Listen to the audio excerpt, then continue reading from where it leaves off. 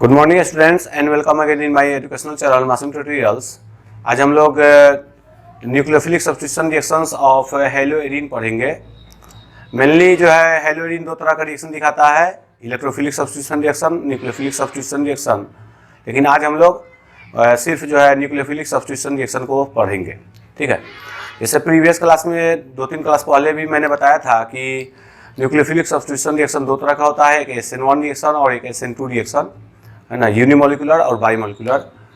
लेकिन यहाँ पर क्या देखने को मिलता है एराइल हैलाइड में या हेलोएरीन में, हेलोएरीन भी इसी को बोलते हैं और एराइल हैलाइड भी इसी को बोला जाता है ना।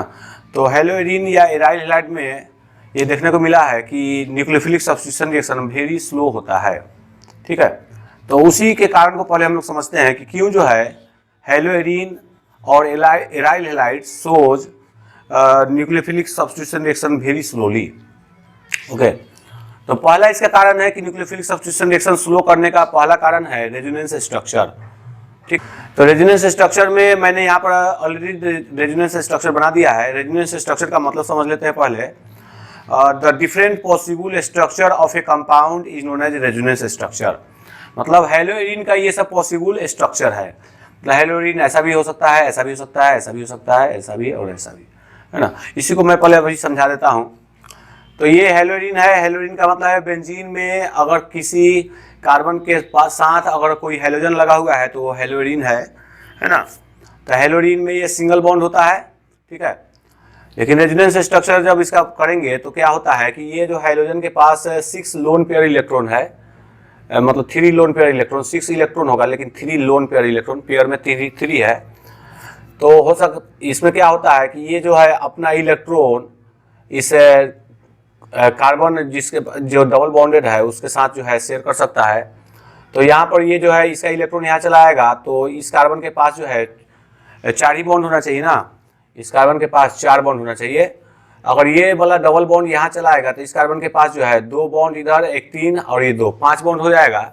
और इसलिए ये जो है डबल बॉन्ड यहाँ पर शिफ्ट हो जाता है, ठीक है। तो इसलिए मैंने इसको एरो से दिखाया। ये लोन पेयर जब यहाँ चला आएगा तो ये वाला डबल बॉन्ड यहाँ चला आएगा तो इस तरह का स्ट्रक्चर ऑब्टेन होगा, यहाँ पर डबल बॉन्ड हो जाएगा, ठीक है। ये प्लस है। प्लस क्यों हुआ? क्योंकि ये अपना इलेक्ट्रॉन जब दे दिया इसको तो ये जो है इसके पास इलेक्ट्रॉन का कमी हो गया हेलोजन के पास, तो इसलिए ये प्लस में है, ठीक है। और यहाँ पर इलेक्ट्रॉन आ गया। फिर नेक्स्ट स्ट्रक्चर में क्या होगा, ये जो इलेक्ट्रॉन है वो यहाँ पर डबल बॉन्ड बन जाएगा।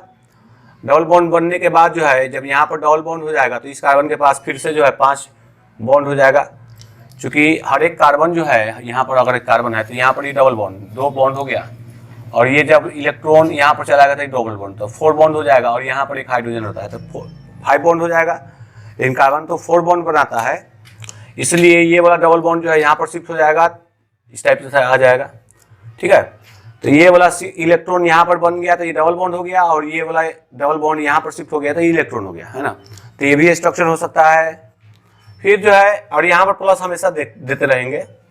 फिर ये वाला इलेक्ट्रॉन यहाँ पर शिफ्ट अगर हो जाए तो ये डबल बॉन्ड हो जाएगा। तो जब यहाँ पर डबल बॉन्ड हो जाएगा तो यहाँ पर फिर से 5 बॉन्ड हो जाएगा। तो ये वाला डबल बॉन्ड यहाँ पर शिफ्ट हो जाएगा तो यहाँ इलेक्ट्रॉन हो जाएगा, ठीक है। उसी तरह यहाँ पर इलेक्ट्रॉन जब ये यहाँ पर शिफ्ट हो जाएगा तो यहाँ डबल बॉन्ड हो जाएगा। फिर से जो है डबल बॉन्ड जो है शिफ्ट होकर प्लस के पास चला जाएगा और प्लस जो है गायब हो जाएगा, है ना। क्योंकि इलेक्ट्रॉन फिर से इसको मिल गया, अभी ये पॉजिटिव नहीं रहेगा। तो ये सभी जो है रेजोनेंस स्ट्रक्चर ऑफ हेलोएरीन है ना। तो आप यहाँ पर देखेंगे रेजोनेंस स्ट्रक्चर में कि यहाँ पर जो है ये डबल बॉन्ड हो गया, है ना। इसका अगर हाइब्रिड रेजोनेंस स्ट्रक्चर देखेंगे तो इस टाइप से आएगा। हाइब्रिड का मतलब है जो सब में पॉसिबल हो। तो देखिए सभी में सिंगल बॉन्ड है, लेकिन इसमें और इसमें ये तीनों में डबल बॉन्ड है, और ये सभी में सिंगल बॉन्ड है। तो इसलिए इसको हम लोग डॉट डॉट से दिखाएंगे, क्योंकि कुछ जगह पर डबल बॉन्ड है, कुछ जगह पर डबल बॉन्ड नहीं है। तो ये इसको बोलेंगे पार्शियली डबल बॉन्ड, क्योंकि कुछ जगह पर है और यहाँ पर नहीं है। और अगर देखेंगे ध्यान से तो यहाँ पर भी डबल बॉन्ड है अंदर में, पाई बॉन्ड, यहाँ पर नहीं है तो इसमें है। फिर यहाँ पर है, यहाँ पर इसमें नहीं है लेकिन यहाँ पर है। तो एक तरह से सभी जगह जो है ना डबल बॉन्ड जैसा है, इसलिए इसको डॉट डॉट से दिखाते हैं। मतलब सभी जगह एक तरह से पार्शियली रूप से डबल बॉन्ड है, ठीक है। तो ये हो गया हाइब्रिड स्ट्रक्चर ऑफ हेलोएरीन। तो आप यहाँ पर देख रहे हैं कि ये हाइड्रोजन जो है पार्शियली डबल बॉन्ड हो गया। तो रेजोनेंस स्ट्रक्चर के कारण ये हाइड्रोजन जो है पार्शियली डबल बॉन्ड हो जाता है ना। और इसी पार्शियली डबल बॉन्ड होने के कारण जब डबल बॉन्ड हो गया तो ये हाइड्रोजन इजीली रिमूव नहीं हो पाएगा, तो कोई भी दूसरा न्यूक्लियोफाइल इस पर अटैक इजीली नहीं करेगा। तो इसलिए जो है यह न्यूक्लियोफिलिक सब्स्टिट्यूशन रिएक्शन थोड़ा सा स्लो दिखाता है। ठीक है, तो ये पहला कारण हुआ। दूसरा कारण है हाइब्रिडाइजेशन। हाइब्रिडाइजेशन मीन्स यहाँ पर आप देख सकते हैं, यहाँ पर मैंने बताया है कि ये जो कार्बन है, इस जगह कार्बन, ये कार्बन जो है ये डबल बॉन्ड है ना।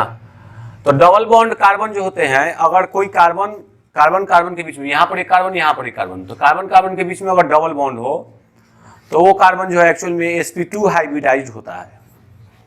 तो यहाँ पर का जो ये कार्बन है हेलोएरिन का, वो sp2 हाइब्रिडाइज्ड होता है। और वही अगर हेलोएल्केन का बात किया जाए तो यहाँ पर जो है सभी सिंगल बॉन्ड है, तो ये जो कार्बन है वो sp3 हाइब्रिडाइज्ड होता है। ठीक है, तो sp2 हाइब्रिडाइज्ड होने के कारण इसमें एस का परसेंटेज ज्यादा है, 33% है लगभग, और इसमें एस का परसेंटेज 25% है। परसेंटेज ज्यादा होने के कारण ये जो कार्बन है हेलोएरिन का वो ज्यादा इलेक्ट्रोनिगेटिव हो जाता है। ठीक है कि नहीं, क्योंकि एस का साइज जो है छोटा होता है ना, गोल स्फेरिकल इन शेप होता है एस। पी जो है डबल ड्रम बेल होता है। तो एस का परसेंटेज ज्यादा होने से क्या होगा, इसका ये बॉन्ड लेंथ जो है छोटा हो जाएगा और ये ज्यादा इलेक्ट्रोनिगेटिव हो जाएगा। ठीक है, तो मैंने यहाँ पर दिखा भी दिया है कि ये जो बॉन्ड लेंथ है कार्बन और हाइड्रोजन के बीच का वो 169 पिकोमीटर है। और वही अगर हेलोएल्केन में देखा जाए तो ये वाला बॉन्ड लेंथ 177 पिकोमीटर है। तो यहाँ का बॉन्ड लेंथ भी छोटा हो जाएगा और ये ज़्यादा इलेक्ट्रोनिगेटिव हो गया। तो इसके कारण क्या होगा कि ये कार्बन जो है इजीली इस हाइड्रोजन को रिमूव नहीं होने देगा। यहाँ पर है कि ये बॉन्ड लेंथ ज़्यादा है और ये sp3 हाइब्रिडाइज्ड है, तो ये जो है इजीली ब्रेक कर जाएगा बॉन्ड और कोई दूसरा न्यूक्लियोफाइल इस पर अटैक करेगा। लेकिन ये बात इसमें नहीं होता है, हेलोएरिन में नहीं होता है। तो इसके कारण क्या होता है कि ये हाइड्रोजन जो है इजीली रिमूव नहीं होता है। ठीक है, तो हाइब्रिडाइजेशन के कारण जो है हाइड्रोजन इजीली रिमूव नहीं हो रहा है। ठीक है कि नहीं, I hope you understand it. Third point है फिनाइल केटायन। जैसे अगर कोई हेलोएरिन है, ये है हमारा हेलोएरिन,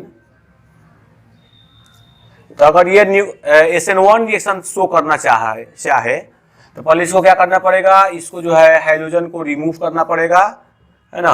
और हाइड्रोजन को रिमूव करके क्या बनेगा, ये अगर हाइड्रोजन इस जगह से रिमूव हो जाए तो यहाँ पर प्लस हो जाएगा इस कार्बन के पास और हाइड्रोजन अलग हो जाएगा। तो ये क्या कहलाएगा, इसको बोलेंगे फिनाइल केटायन। ठीक है, तो यहाँ पर जो ये फिनाइल केटायन बनता है ये स्टेबल नहीं होता है, अनस्टेबल है। ठीक है कि नहीं, अनस्टेबल है। तो अनस्टेबल होने के कारण जो है ये हेलोएरिन फिनाइल केटायन में नहीं कन्वर्ट होता है। तो जब फिनाइल केटायन में कन्वर्ट नहीं होगा तो यह SN1 रिएक्शन शो नहीं करेगा, SN1 रिएक्शन शो नहीं करेगा। SN1 रिएक्शन दिखाने के लिए क्या कंडीशन है कि पहले जो है इसमें से हाइड्रोजन जो है टूट के अलग हो जाता है और हमें कार्बोकेटायंस ऑब्टेन होता है और कार्बोकेटायंस पर फिर से कोई न्यूक्लियोफाइल अटैक करता है। और इसी कारण जो है ये जो हेलोएरिन है वो SN1 टाइप का रिएक्शन शो नहीं करता है।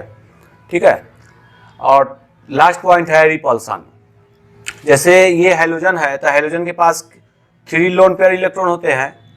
अब 3 लोन पेयर इलेक्ट्रॉन है, अगर कोई न्यूक्लियोफाइल इस पर अटैक करना चाहे तो इसके पास भी इलेक्ट्रॉन है और न्यूक्लियोफाइल मीन्स उसके पास भी इलेक्ट्रॉन होगा। न्यूक्लियोफाइल किसे कहेंगे, न्यूक्लियस लविंग एजेंट और electron rich element is known as nucleophile. मतलब जिसके पास इलेक्ट्रॉन ज्यादा हो, है ना, वो सभी क्या कहलाता है, न्यूक्लियोफाइल होता है। जितना भी स्पीसीज या आयन जिसके पास इलेक्ट्रॉन ज्यादा हो या निगेटिव चार्ज हो वो न्यूक्लियोफाइल है। तो कोई न्यूक्लियोफाइल अगर इस पर अटैक करेगा मतलब वो भी इलेक्ट्रॉन रिच एलिमेंट है और यहाँ पर हाइड्रोजन भी इलेक्ट्रॉन रिच है, तो दोनों में रिपल्सन होगा। अब रिपल्सन होने के कारण जो है इजिली वो कोई भी न्यूक्लियोफाइल इस पर अटैक नहीं कर पाता है। तो ये 4 कारण हुआ जिसके कारण जो है हेलोएरिन जो है nucleophilic substitution reaction easily show नहीं करता है। लेकिन हम लोग यहाँ पर देखेंगे आगे कि जैसे ये तो इजीली शो नहीं करता है, लेकिन अगर इसको हाई प्रेशर और हाई टेम्परेचर पर रिएक्शन कराया जाए स्ट्रॉन्ग न्यूक्लियोफाइल से तो ये रिएक्शन करता है ना। जैसे अगर यहाँ पर क्लोरीन यहाँ पर अगर क्लोरीन हो, क्लोरोबेंजीन हो, अगर इसका रिएक्शन एक्वेसेस सोडियम हाइड्रोक्साइड से कराया जाए, ठीक है कि नहीं, और लेकिन उसके लिए ज़रूरत है कि हाई प्रेशर 300 atm प्रेशर और 623 केल्विन टेम्परेचर पर अगर ये रिएक्शन कराया जाता है तो यहाँ से क्लोरीन हटकर वहाँ पर क्या चला जाता है, OH चला जाता है। ठीक है, तो ये एक तरह से क्या है, ये न्यूक्लियोफिलिक सब्स्टिट्यूशन रिएक्शन है। ठीक है कि नहीं।